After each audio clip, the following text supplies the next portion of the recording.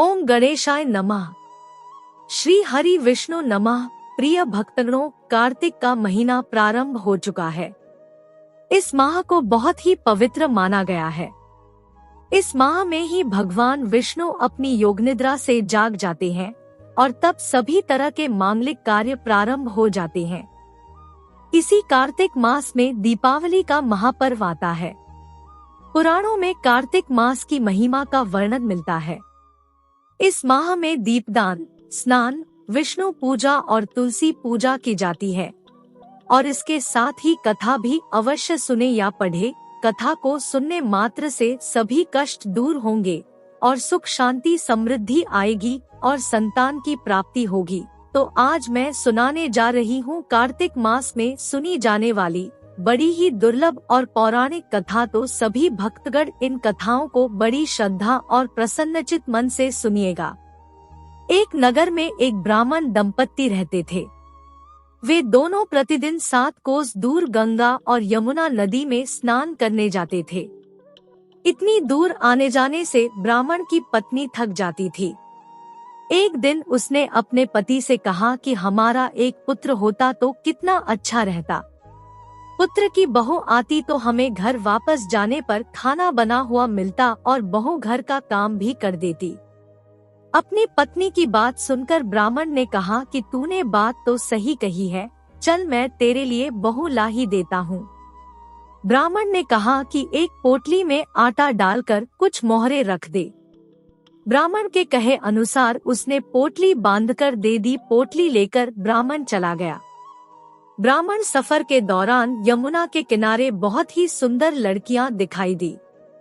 वे रेत में घर बनाकर खेल रही थी। उनमें से एक लड़की ने कहा कि मैं अपना घर नहीं बिगाड़ूंगी, मुझे तो रहने के लिए ये घर चाहिए। लड़की की बात सुनकर ब्राह्मण मन ही मन सोचने लगा कि बहू बनाने के लिए यही लड़की उचित है। जब वह लड़की जाने लगी तो ब्राह्मण भी उसके पीछे पीछे उसके घर तक चला गया। वहां जाकर ब्राह्मण ने उस लड़की से कहा, बेटी, कार्तिक मास चल रहा है, इसलिए मैं किसी के घर खाना नहीं खाता। मैं अपने साथ आटा लेकर आया हूँ। तुम अपनी माता से पूछो कि क्या वह मेरे लिए आटा छानकर 4 रोटी बना देगी।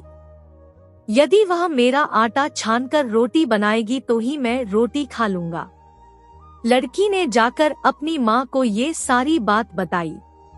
माँ ने कहा, उचित है, जाकर ब्राह्मण देव से कह दो कि वह अपना आटा दे दे, मैं रोटी बना दूंगी। जब वह आटा छानने लगी तो आटे में से मोहरे निकली। वह सोचने लगी कि जिसके आटे में इतनी मोहरे हैं, उसके घर में कितनी मोहरे होंगी। जब ब्राह्मण खाना खाने बैठा तो लड़की की माँ ने उस ब्राह्मण से पूछा, क्या आपका कोई लड़का है और क्या आप उस लड़के की सगाई करने जा रहे हो। यह सुनकर ब्राह्मण ने कहा कि मेरा लड़का तो काशी में पढ़ने गया हुआ है, लेकिन यदि तुम कहो तो खान कटोरे से विवाह करके तेरी बेटी को अपने साथ ले जाऊं। लड़की की माँ ने कहा, ठीक है ब्राह्मण देव। इस पर लड़की की माँ ने लड़की की खान कटोरे से शादी करके ब्राह्मण के साथ भेज दिया। ब्राह्मण ने घर आकर कहा, रामू की माँ, दरवाजा खोलकर देख, मैं तेरे लिए बहू लेकर आया हूँ। ब्राह्मण की पत्नी भीतर से ही बोली, हमारे तो कोई बेटा बेटी नहीं है, तो बहू कहाँ से आए। दुनिया ताने मारती थी, अब आप भी मारने लगे।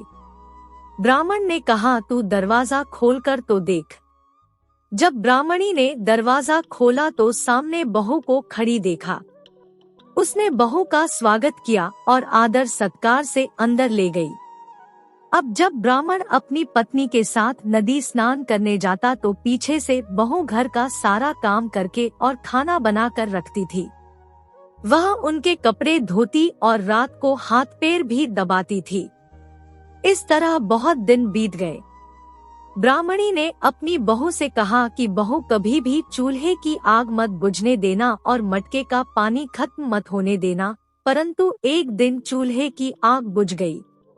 यह देखकर बहू घबरा गई और भागी भागी अपनी पड़ोसन के पास गई और कहा कि मेरे चूल्हे की आग बुझ गई है, मुझे थोड़ी आग चाहिए। मेरे सास ससुर सुबह 5 बजे से गए हुए हैं। वह थके हुए घर आएंगे, इसलिए मुझे उनके लिए खाना बनाना है। यह सुनकर पड़ोसन ने कहा कि तू तो बावली है, तुझे यह दोनों मिलकर पागल बना रहे हैं। इनके कोई पुत्र नहीं है, ये निसंतान है। बहू ने कहा, नहीं ऐसा मत बोलो, इनका बेटा तो बनारस काशी में पढ़ने गया हुआ है। इस पर पड़ोसन ने कहा कि यह तुझे झूठ बोल कर लाए हैं।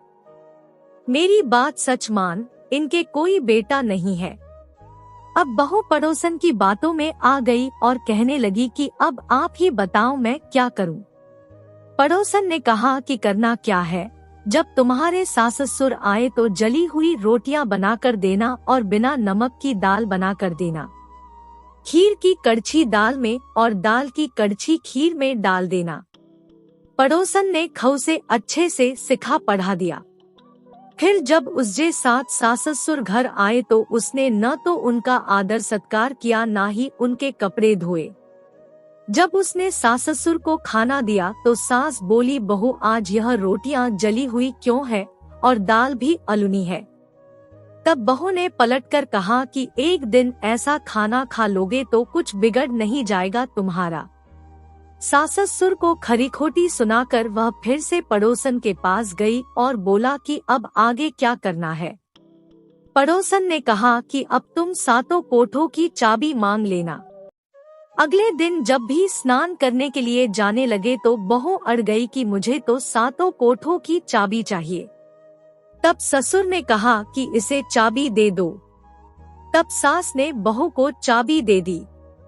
सास ससुर के जाने के बाद जब बहू ने दरवाजे खोले तो देखा कि किसी में अन्न भरा है, किसी में धन भरा है और किसी कोठे में बर्तन पड़े हैं। जब उसने सबसे ऊपर का 7वां कोठा खोला तो देखा कि शिवजी, पार्वती माता, गणेश जी, लक्ष्मी माता जी, पीपल पतवारी, कार्तिक के ठाकुर, राई दामोदर, तुलसी जी का बिड़वा, गंगा यमुना और 33 कोटि देवी देवता विराजमान है। वहीं पर एक लड़का चंदन की चौकी पर बैठा माला जप रहा है। यह सब देखकर उसने लड़के से पूछा कि तुम कौन हो? तब लड़का बोला कि मैं तेरा पति हूँ, अभी दरवाजा बंद कर दे। जब मेरे माता पिता आएंगे तब दरवाजा खोलना। यह सब देखकर बहू बहुत खुश हुई और 16 श्रृंगार कर सुंदर वस्त्र पहनकर अपने सास ससुर का इंतजार करने लगी। उसने अपने सास ससुर के लिए अच्छे अच्छे पकवान बनाए। जब उसके सास ससुर घर पर आए तो उसने उनका आदर सत्कार किया और प्रेम पूर्वक खाना खिलाया और हाथ पैर दबाने लगी। पैर दबाते दबाते बहू ने कहा कि माँ, आप इतनी दूर गंगा यमुना स्नान करने के लिए क्यों जाती है? आप थक जाती हैं, इसलिए आप घर पर ही स्नान क्यों नहीं करती हैं? यह सुनकर सास कहने लगी कि बेटी, गंगा यमुना घर पर तो नहीं बहती है। तब उसने कहा, हाँ माँ जी बहती है, चलो मैं आपको दिखाती हूँ। जब बहू ने 7वां कोठा खोलकर दिखाया तो उसमें शिवजी, पार्वती जी, गणेश जी, लक्ष्मी जी, पीपल पतवारी, कार्तिक जी ठाकुर, राई दामोदर, तुलसी जी का बिड़वा, गंगा यमुना बह रही है और 33 कोटि देवी देवता विराजमान है। वहीं चौकी पर बैठा एक लड़का माला जप रहा है। माँ ने उसे देखकर कहा कि बेटा तू कौन है? लड़का बोला, माँ मैं तेरा बेटा हूँ। तब ब्राह्मणी ने पूछा कि तू कहाँ से आया है? लड़के ने जवाब दिया कि मुझे कार्तिक दे ने भेजा है। माँ ने कहा, बेटा यह संसार कैसे मानेगा कि तू मेरा बेटा है? माँ ने कुछ विद्वान पंडितों से मदद मांगी। पंडितों ने कहा, इस पार बहू बेटा खड़े हो जाएं और उस पार माँ खड़ी हो जाए। माँ ने चमड़े की अंगिया पहनी हो और छाती में से दूध की धार निकलकर बेटे की दाढ़ी मूछ भीगे और पवन पानी से गठजोड़ा बंधे, तब मानेंगे कि यह इस माँ का ही बेटा है। उसने ऐसा ही किया। चमड़े की अंगिया फट गई और छाती में से दूध की धार निकलकर बेटे की दाढ़ी मूछ भीग गई। पवन पानी से बहू बेटे का गठजोड़ बंध गया। यह सब देखकर ब्राह्मण और उसकी पत्नी की खुशी का ठिकाना ना रहा। तो यह थी कार्तिक मास की कथा। हे कार्तिक के ठाकुर, जैसे ब्राह्मण और ब्राह्मणी को बहु बेटा दिया वैसे सबको देना।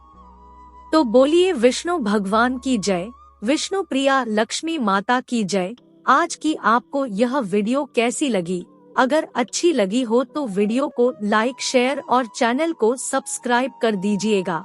कमेंट में जय हरि विष्णु, जय लक्ष्मी माता लिख दीजिएगा। धन्यवाद।